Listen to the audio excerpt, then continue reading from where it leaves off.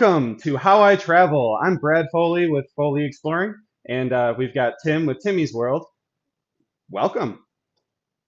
Hi, we've got our special guest, our amazing special guest, Sarah Sunshine, joining us today. Hi, great to have you here. So where are you at the moment? Where in the world are you now? Last night I arrived in Tamarat, which is about half an hour north of Agadir, Morocco. It's my first day in Africa. Yeah. Morocco as well. Amazing there. It's amazing. Yeah. It's pretty crazy. I'm a little bit jet lagged, but I'm super excited. Well, thanks for joining us with the jet lag as well then. Yeah. I'm stoked, man. The waves are freaking pumping. The surf looks amazing, and I'm excited. It's gonna be a fun 3 weeks. Morocco. You will love Morocco for sure. Cool. Stoked. Yeah. So, what do you got to tell us? What do you want to know? Everything. Tell us everything. Tell me something about your solo adventures. Do you have any really cool stories from your solo travels around the world? Yes, some really good ones and some really dark and scary ones. I've been solo traveling now for 4 years. I left November 7th, 2018, moved across the globe to Thailand, Chiang Mai, Thailand. And it was the best decision I have ever made in my entire life. Solo travel kind of saved my life. Prior to my life in Thailand, I wasn't really living my best life. I was kind of depressed, had a lot of anxiety, and I was juggling a million jobs and kind of having one of those, I don't know, call it a quarter life crisis. I was kind of feeling like, what am I doing with my life? You ever ask yourself, what am I doing with my life? Like, what do I want to do? Where am I going? Mm-hmm. I felt like I didn't have a lot of meaning in my life, and I didn't have a lot of purpose. And I had always wanted to live in a foreign country, and I'd done a lot of traveling up until that point, but all my travels were like 2-week vacations here and there. I had this habit of working my ass off for a few months and saving just enough money to take like a 2-week trip to escape the mediocrity of my shit life. I was just like, okay, where can I travel? Where can I escape? I'd get with some girlfriends and, hey, let's go to Cancun. Woo! Like, hey, let's go. Let's go to Thailand. Let's go wherever we can go that's beautiful. And so I was always obsessed with travel. I always wanted to see the world, but I was traveling in a very much different way with groups of friends. A lot of the trips were focused around natural wonders, historical sites, all the touristic stuff, but also partying and socializing. And those were great times, but I'd never traveled alone up until that point. So I decided to book a one-way flight. I saved for an entire year. My first time to Thailand was 2017. And I remember we were scuba diving off the coast of Maya Bay, Koh Phi Phi area, and I was just laying in the sun after this, like one of the best dives of my life. And I was looking at these crazy Thailand islands, and I was like, fuck, I need to live here. So, excuse me. But I was just like, I was obsessed with the food. I loved the people. I loved the nature. I loved everything about it. And it was so cheap. The cost of living was insanely low. And I just had this like feeling. I had 3 of my girlfriends with me, and we were all like, dang, I would live here. Yeah, me too. And we were on one of those cute little longtail boats. And I looked at them. I looked at my friends, and I was like, I'm moving here next year. I'm going to move here. And they were like, yeah, okay. And I was like, serious. I'm going to move to Thailand next year. So I did. I saved. I worked 4 jobs. I had a year of saving, and I made the move, and I did it alone. And I still remember sitting on that flight. I was like, what the fuck am I doing? I keep saying, No, go for it.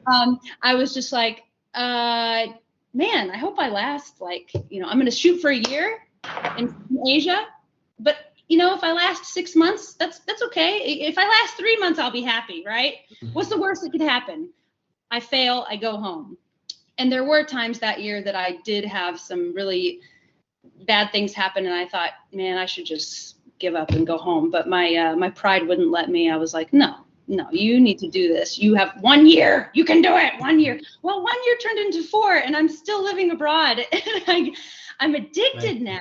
I'm addicted to this life. And so I went from thinking, oh God, how long am I going to last out here? These savings they're going to dwindle pretty soon. But it went from how can I survive to, okay, this is my life now. We're going to do this. I'm going to figure this out. I'm going to make it happen.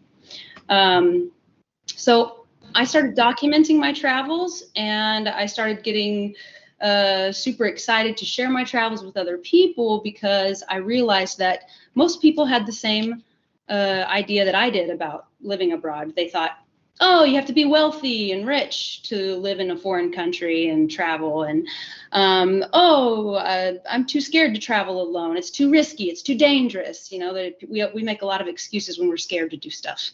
And so I felt like I need to tell other people about my experience. So maybe they're inspired to do the same. So they're inspired to take that leap and to go out of their comfort zone and push themselves to travel in a foreign country alone, because it's a completely different experience when you're alone. And so that's what I want to talk about today is the power of solo traveling, how it can change your life and teach you so many things about yourself. When we travel, we learn a lot about the world. That's why we're so addicted to it. We want to be connected to the world. And that's what we feel when we see these natural wonders and we meet all these smiling faces and we realize how alike we are and connected we are. It feels good. And so I want people to have that experience of traveling alone, getting out of their comfort zone, having local experiences, and also volunteering. I think it's really important, at least once in your life. You got to get out there and volunteer abroad in a foreign place and find something that you're passionate about and tie that into volunteering. You love animals, find an animal shelter. You love kids, go teach at a school. There's so many ways to give back. And for me, it gave my travels so much more meaning and purpose. And so I recommend it to everyone. Yeah, definitely. And there's loads of ways that you can do it as well.